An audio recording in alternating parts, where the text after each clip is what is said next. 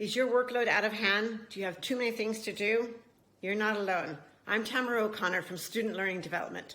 Let's take action to address the issue. Action 1, evaluate your priorities. You're not going to get it all done, so you want to make sure you're spending your time, your effort, your energy on things that are important to you, high priority items. You'd be surprised how much time we spend on things that are lower importance to us.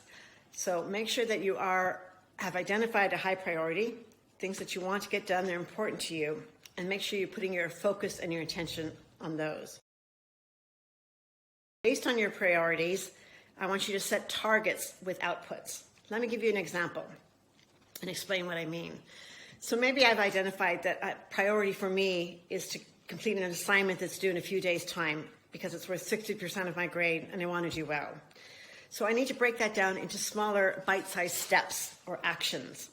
And I also want to make those actions, tasks, specific, measurable, and action-oriented. I decide that I'm going to write 200 words on what the assignment is about and how I might answer the question. I might decide to read 2 articles and create a table comparing the similarities and differences between those 2 articles.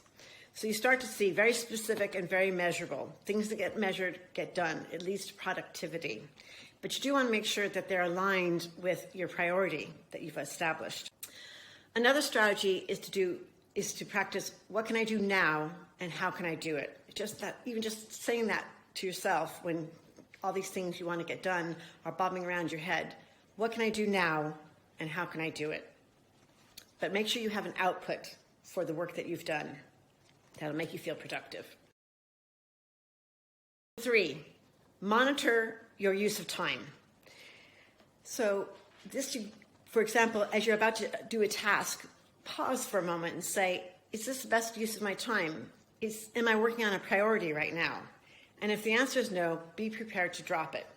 Now, you probably find yourself still doing it a lot of the time, but even by pausing yourself down and not being so reactive, being much more proactive, you're choosing what you spend your time doing, you'll find that you'll be more likely to be monitoring and doing high priority tasks. Also, try at the end of the day and at the end of the week to monitor and evaluate your use of time. Reflect back and say, what were the barriers that stopped me from getting things done? What worked? What didn't work? What would I do differently? This will help you to be more proactive as well.